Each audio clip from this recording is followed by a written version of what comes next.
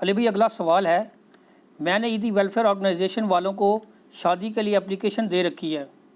میں خالصتاً اللہ کی رضا کے لیے اس کی خاطر ایک یتیم بچی سے نکاح کا خواہش مند ہوں۔ ماشاءاللہ۔ اسی لیے عیدی والوں سے رابطہ کیا اور انہیں درخواست بھی جمع کروائی۔ میرا علی بھائی سے سوال ہے کہ صحیح حدیث کی روشنی میں ولی کی اجازت کے بغیر نکاح اسٹیبلش نہیں ہوتا، تو ایسی صورتحال میں اس یتیم یا لاوارث لڑکی کا ولی کون ہوگا؟ بڑی اچھی بات ہے جی، آپ کے نیک جذبے کی ہم قدر کرتے ہیں، اللہ تعالیٰ آپ کو جزا دے۔ اب آپ یہ جس راستے پہ چلے ہیں اس کو نبھانا بھی ہے، کیونکہ آپ بہت بڑا رسک لے رہے ہیں۔ یتیم بچی کے ساتھ نکاح کر رہے ہیں جس کے ماں باپ ہو سکتا ہے لاوارث ہو، وہ اس کو پتہ بھی نہ ہو، کیونکہ عموماً جو ہے وہ عیدی ویلفیئر کے اندر اس طرح کے ہی لوگ جو ہیں وہ زیر تربیت ہوتے ہیں، اسی لیے انہوں نے ایک میرج بیورو بھی کھولی ہوئی ہے چھوٹی سی۔ اس اعتبار سے صرف یہ فیلڈ نہیں ہے، بلکہ بچہ اگر آپ نے اڈاپٹ کرنا ہے تو وہ بھی ان سے رابطہ کیا جا سکتا ہے۔ اسپیسیفک کیس کے اندر جو اس طرح کی بچیاں ہیں جو یتیم ہیں، اس کے لیے قرآن حکیم میں ہمیں گائیڈ لائنز اس حوالے سے ملتی ہیں کہ سورۃ النساء کے اندر اللہ تعالیٰ نے شروع میں ذکر کیا ہے کہ ایک مرد کو اجازت ہے کہ وہ 1، 2، 3 یا 4 تک شادیاں کر سکتا ہے۔ پھر اس کے اوپر دوبارہ سے جب صحابہ کرام کی طرف سے کیوری آئی تو اس کے جواب میں پھر آگے چل کے سورہ نساء میں اللہ تعالیٰ نے فرمایا کہ یہ معاملہ جو ہم ڈسکس کر رہے ہیں نا شادیوں کا، یہ ان عورتوں کے اوپر اپلائی نہیں ہوگا جو یتیم بچیاں تم پال رہے ہو، کیونکہ جو یتیم بچیاں تم پال رہے ہو اگر خود ان کے ساتھ شادی کر لو گے تو ان کا پھر ولی پیچھے کون ہوگا؟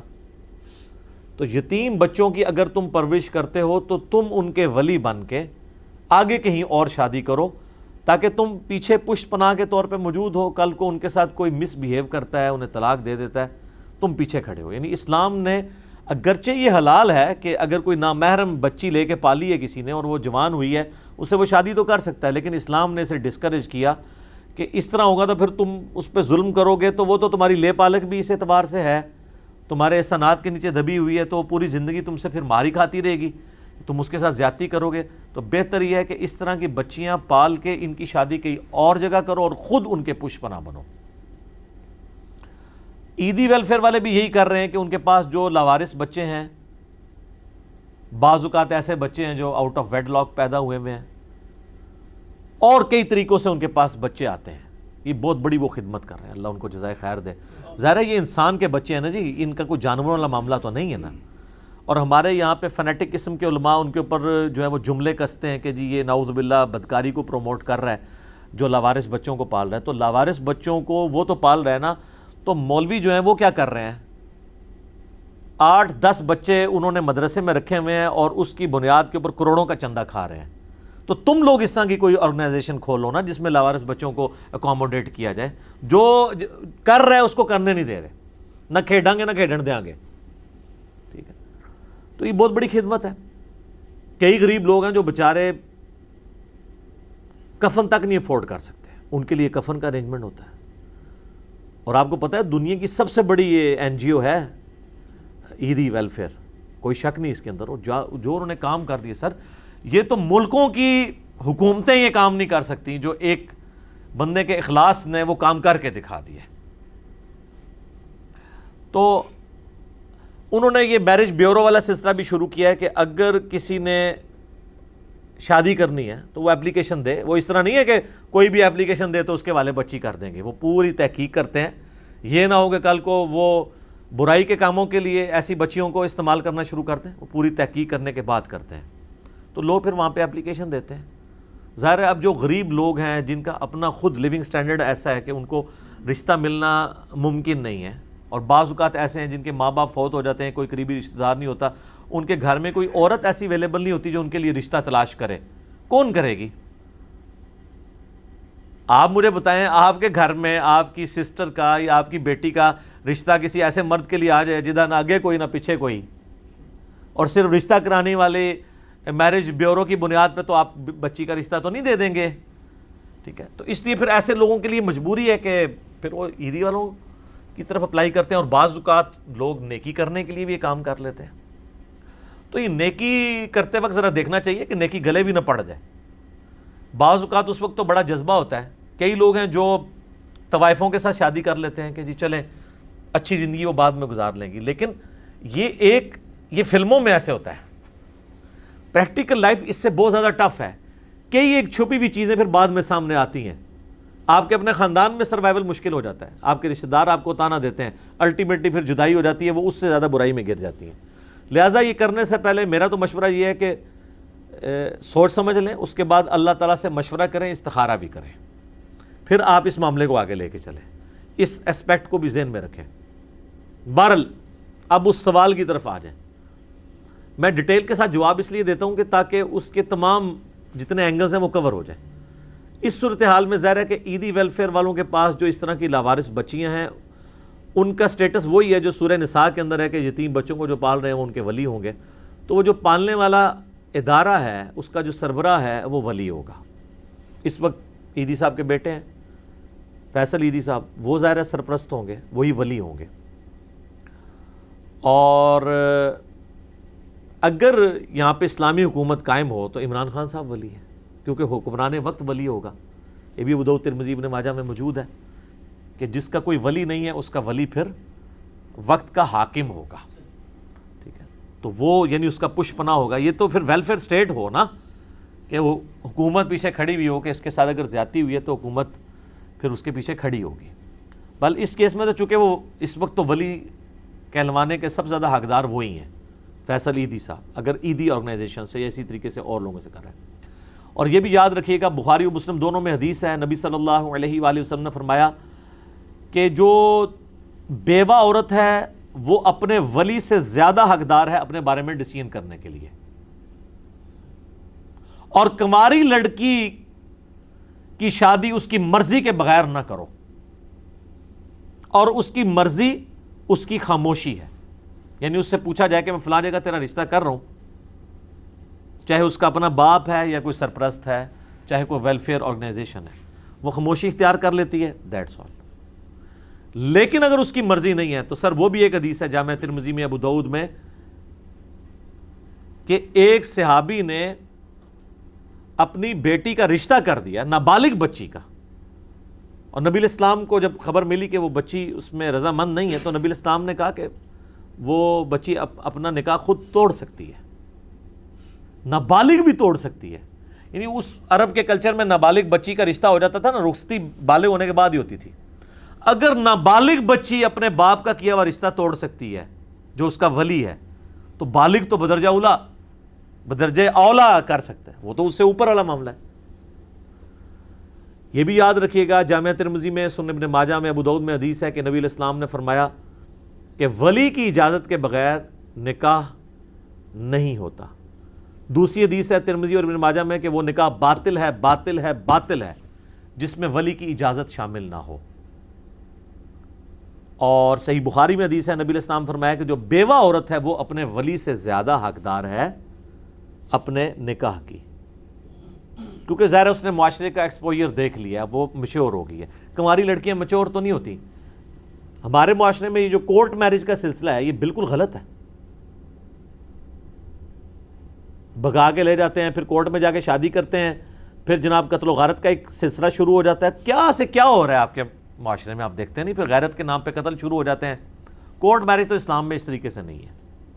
ہاں بیوہ عورت ہے اور وہ اپنی مرضی سے شادی کرنا چاہتی ہے تو ٹھیک ہے, وہ کر سکتی کورٹ میرج. کنواری لڑکی تو نہیں کر سکتی بغیر باپ کی سرپرستی کے, اور باپ اگر اس طرح کا اس نے نکاح کیا تو نکاح ہونا ہی نہیں, وہ توڑوا دے.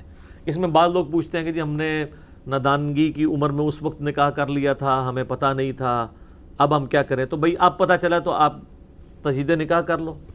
اس کے لیے کوئی بہت زیادہ لوگ بلوانے کی ضرورت نہیں ہے, ایجاب و قبول ہی کرنا ہے نا, دو گواہوں کی موجودگی میں خود بخود پڑھ لو یا کسی سے پڑھوا کے, تو کاغذی کارروائی بھی کرنے کی ضرورت نہیں, تجدید نکاح کر لیں, ایٹ لیسٹ اس کو اپنے نکاح کو سیو کر لیں.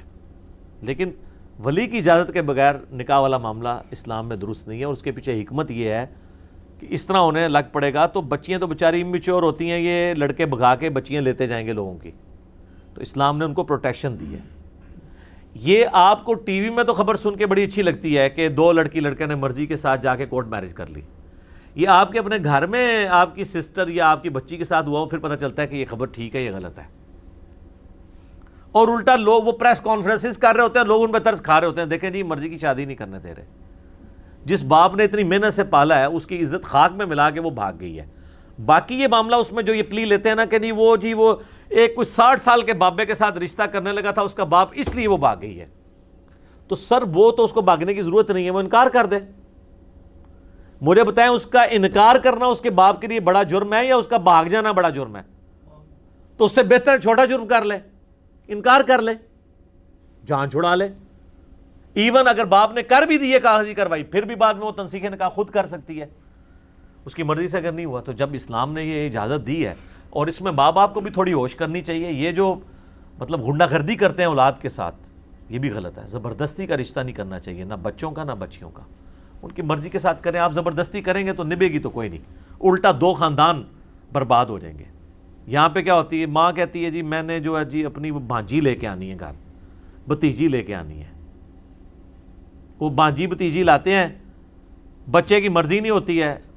اس کے بعد بھانجی بھتیجی تو جاتی ہے، بھائی اور بہن بھی فارغ ہو جاتے ہیں پوری زندگی کے لیے، ان کا آنا جانا بھی بند. لو سام لو. تو اس سے تو بہتر تھا کہ بھائی بہن تو باقی تھے نا، وقتی طور پہ انہوں نے رشتہ نہ کرنے پہ ناراض ہی ہونا تھا نا. لیکن ظاہر ہے کہ جس کی اولاد کو آپ نے اس طریقے سے ذلیل کر کے طلاق دی ہوئی ہے، وہ بہن بھائی تو آپ کو پوری زندگی شکل بھی نہیں دیکھے گا، بلکہ وہ تو جنازوں پہ بھی نہیں آتے ہیں. تو اتنی ایکسٹریم پہ جانے سے بہتر یہ ہے. میں نے ایسے ماں باپ کو عقل مند پایا ہے کہ جو اولاد کی مرضی کے مطابق معاملات کو لے کے چلتے ہیں، الا یہ کہ بہت بڑا ایشو کوئی نہ ہو. چھوٹے موٹے ایشو ہیں، کہیں ایج کا تھوڑا بہت مسئلہ ہے، بچے کی مرضی کر دو یار. کہیں تعلیم کا مسئلہ ہے، سٹیٹس کا مسئلہ ہے، ہاں کریکٹر کی خرابی ہے پھر نہ کریں، جتنی مرضی بچہ ضد کریں. لیکن اس طرح کا کوئی نہیں ہے. صرف آپ اپنی ضد نبھانا چاہتے ہیں کہ جی میں نے اپنے بھائی کو بچپن میں کہیں دے دیا تھا. یہ اتنے خطرناک کھیل کھیلتے ہیں. بچپن میں وہ دادیاں نہ کام ڈال کے چلی جاتی ہیں، وہ جب اولاد جوان ہوتی ہے وہ دادی ہیں جن کو انہوں نے دیکھا بھی نہیں ہوتا، وہ ان کے کیے ہوئے کرتوت بھگت رہے ہوتے ہیں بعد والے بچے. اور ان کے وہ بچے کہتے ہیں جی میری ماں دی زبان سی جی، ٹھیک ہے نا جی. تے اللہ نال جڑی زبان کیتی ہے لستو بربکم قالوا بلا، ہماری روح نے جو اللہ سے عہد کیا اس کی کوئی پاسداری نہیں، کلمے کی کوئی پاسداری نہیں، محمد رسول اللہ کا کوئی شرم و حیا نہیں ہے صلی اللہ علیہ وآلہ وسلم. ان کے یعنی مخالفت پہ اترے ہوئے ہیں. حیا تو نبی صلی اللہ علیہ وآلہ وسلم سے کرنی چاہیے تھی نا، وہ حیا نہیں ہے تو وہ پرانے نہیں. تو اس طرح کے معاملات جو ہے نا یہ بالکل کوئی یہ جو بوڑھیاں نے یہ بہت خطرناک ہے. بچپن میں وہ دماغ میں ڈالتی رہتی ہیں اور بعض اوقات منگنیاں کروا دیتی ہیں. نہ بھی زبانی انہوں نے اتنی مضبوط منگنی کروائی ہوتی ہے کہ وہ پھر منہ رکھنے کے لیے نا وہ کرنا پڑ جاتا اور رشتے نبھتے کوئی نہیں ہے. یہ ساری کی ساری چیزیں دیکھنے کی ضرورت ہے. یہ بڑی سخت زیادتی ہے کہ آپ اس طرح کے زبردستی کے رشتے کریں. اسلام میں اس کی کوئی اجازت نہیں ہے. باقی جو اس طرح کی لاوارث بچی ہیں بہت اچھی بات ہے، یہ کروائیں. لیکن یہ ذہن میں رکھیے گا کل کو آپ کا اگر کوئی معاملہ بگڑتا ہے، اب آپ نے اس عورت کو اس چیز کا تانا نہیں دینا کہ میں نے تیرے اوپر کوئی رحم کھایا ہے، کیونکہ ہیومن ڈگنیٹی میں مرد و عورت دونوں برابر ہیں. ہیومن ڈگنیٹی میں تو دونوں برابر ہیں. کل کو یہ تانا نہ ملے، پھر ظاہر ہے کہ اب عیدی والے بیچارے کتنے اس کو جہیز دے دیں گے، ایک سبسسٹنس لیول پہ ایک ڈبل بیڈ دے دیں گے، یعنی ایک کمرے کا فرنیچر دے دیں گے تھوڑا بہت. تو یہ نہ ہو کہ آپ کی جو والدہ محترمہ ہے وہ بعد میں ان کے لیے عذاب ثابت ہو جائیں، جو اکثر ہمارے معاشرے کے اندر ہوتا ہے. تو یہ ساری چیزیں آپ دیکھ بھال کے پھر آپ یہ رسک لیں. یہ نہ ہو کہ نیکی کرتے کرتے اتنا بڑا گناہ کما لیں کہ آپ کی آخرت ہی برباد ہو جائے. کسی کا ظلم کریں گے. آپ میرا یوٹیوب پہ کلپ دیکھیں نا وومنز رائٹس ان اسلام، تو آپ کو پتہ چلے کہ عورتوں کے کیا حقوق ہیں اسلام کے اندر، بیویوں کے کیا حقوق ہیں. اور اس کے اوپر بڑے مرد ناراض ہوتے ہیں کہ مردوں کے حقوق پہ بھی بات کریں. مردوں کے حقوق پہ خود بخود بات ہو ہی جاتی ہے نا جی. لیکن ظاہر ہے کہ جو ایشو زیادہ ہوتا ہے اسی کو ایڈریس کرنے کی ضرورت ہے. قرآن بھی آپ دیکھ لیں، قرآن میں جو پسے ہوئے طبقے ہیں نا، غلام، عورتیں، ان کے اوپر زیادہ بات ہوئی ہے. سورہ نساء کے اندر، سورۃ البقرہ کے اندر. یہ قرآن کا اسلوب ہے کہ جو پسا ہوا طبقہ ہے نا اس کو اوپر لے کے ہے. باقی ہے کہ الرجال قوامون علی النساء، مرد عورتوں کے اوپر حاکم بنائے گئے، ٹھیک ہے. لیکن ساتھ بتایا گیا اس لیے کہ وہ ان کے اوپر خرچہ کرتے ہیں اور ان کی دیکھ بھال کرتے ہیں، ان کا نان و نفقہ لگاتے ہیں. اس لیے حاکم نہیں ہے کہ ان کو مارنا شروع کر دیں گے. یہ مارنا تو بہت آخری درجے کی چیز ہے، اور اس میں بھی اتنی سختی ہے کہ چہرے پہ نہیں مار سکتے، ہڈی نہیں توڑ سکتے، صرف جس طرح ایک چھوٹے بچے کو مارا جاتا ہے ایک تنبیہ کے لیے، اور وہ بھی آخری درجے میں ہے. پہلے تو کہا کہ بسترے سے الگ کرو. تو یہ خیر اللہ تعالیٰ سے پھر وومنس رائٹس شروع ہو جائیں گے، تو وہ اس کی بجائے اسی ٹاپک کی طرف واپس آئیں کہ یتیم کا جو سرپرست ہے وہ ویلفیئر آرگنائزیشن کا ہیڈ جو ہے وہ ہوگا، حاکم وقت ہوگا، اور اس کے لیے اب آپ اس کی اجازت کافی ہے. اب اس کے ماں باپ کو ڈھونڈنا کوئی ضروری نہیں ہے. اس طریقے سے جو لاوارث لوگ ہوتے ہیں، اچھا بعض اوقات ایسا بھی ہوتا ہے کہ کوئی عورت غیر مسلم ہو کے اب آ گئی ہے مسلمانوں کے پاس، تو غیر مسلم جو عورت مسلمان ہوئی ہے نا، اس کے ماں باپ اس کے ولی نہیں ہیں. بخاری مسلم میں حدیث ہے کہ نان مسلم مسلم کا اور مسلم نان مسلم کا وارث نہیں ہو سکتا. تو یہ اصل ہے اس حدیث کی. تو اس طرح اگر کوئی گھوری مسلمان ہوئی ہے، کوئی چائنا کی رہنے والی عورت مسلمان ہوئی ہے، تو اب اس کو اپنے ماں باپ سے اجازت لینے کی ضرورت نہیں ہے، وہ اپنی شادی، لیکن اس کی سرپرستی بھی ہونی چاہیے. یہاں پہ کئی پاکستانی ہیں وہ چائنیز کے ساتھ وہ فیس بک کے اوپر دوستی کرتے ہیں، یہاں بلوا لیتے ہیں، پھر ان کو ذلیل کرتے ہیں. ہمیں وہ واقعات بھی رپورٹ ہو رہے ہیں. تو اب حکومتوں کو بھی دیکھنے کی ضرورت ہے کہ جس طرح ہماری بچیاں وہاں جا کے ذلیل ہوتی ہیں نا باہر کے ملکوں میں، ان کی بچیاں بھی ادھر آ کے ذلیل ہو رہی ہیں، اور ریلیجن کے نام کے اوپر یہ سب کچھ ہو رہا ہوتا ہے. تو حکومتوں کو دیکھنے کی ضرورت ہے ان سارے معاملات کے اندر کہ یتیم بچیوں کی وہ پشت پناہی کریں، وہ ان کی طرف سے ولی بنیں. تو ولی کی اجازت کے بغیر نہیں ہوگا، لیکن اس کیس میں ولی وہ آرگنائزیشن اور اس کا سرپرست ہوگا یا حکومت وقت ہوگی. باقی جو کنواری بچیاں ہیں ان کے ظاہر ہے ولی ان کے اپنے باپ ہوں گے، اور باپ مر جائے تو ماں نہیں ولی بنے گی. یہ بھی حدیث ہے ابو داؤد ترمذی میں کہ کوئی عورت اپنی شادی خود نہیں کر سکتی، نہ کوئی عورت کسی کی کروا سکتی ولی بن کے. ماں نہیں ولی ہو سکتی کبھی بھی. مرد نے ہمیشہ ولی ہونا ہے. باپ مر گیا تو بڑا بھائی، نہیں ہے تو چچا، ماموں، جو بھی قریبی ایک میل رشتہ ہے. اس کی وجہ ہے کہ عورتوں کا ایکسپوئر نہیں ہوتا معاشرے کے اندر. مرد جو تحقیق کر سکتا ہے وہ عورت تحقیق کر سکتی ہے.